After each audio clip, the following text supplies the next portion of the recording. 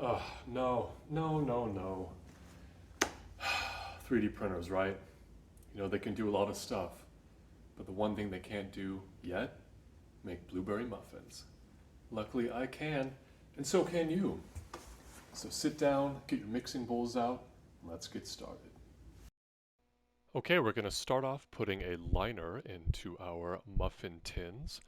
And in my experience, this recipe actually makes about 20 to 22 muffins, depending on how big you make them. So unfortunately, I only have one muffin tin, so I had to do two bakes.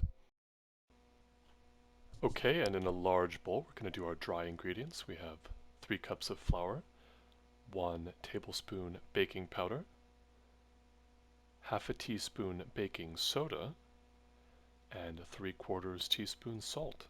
So we'll put that all in there and mix it up and set it aside. Okay, in another bowl, I'm going to cream my stick of butter, hopefully room temperature, which mine is not clearly. We've got 1 cup of sugar, going to get those all mixed together. Add in 2 eggs. Like I said, do a better job than I am of mixing these together. Still turn out good though. 2 tablespoons vegetable oil coming in next. And then we have a ton of grated lemon zest. As you know, I love my lemon zest. Half a cup milk, mix it all together. And then finally the piece de resistance, the best ingredient ever. We have 1 cup of sour cream. Okay, we're going to pour our dry ingredients into our wet ingredients in about 2 or 3 batches. Get it nicely incorporated. Don't mix it too much though. I think it's better to undermix than it is to overmix. I'm just going to get it started here a little bit before I switch to my spatula.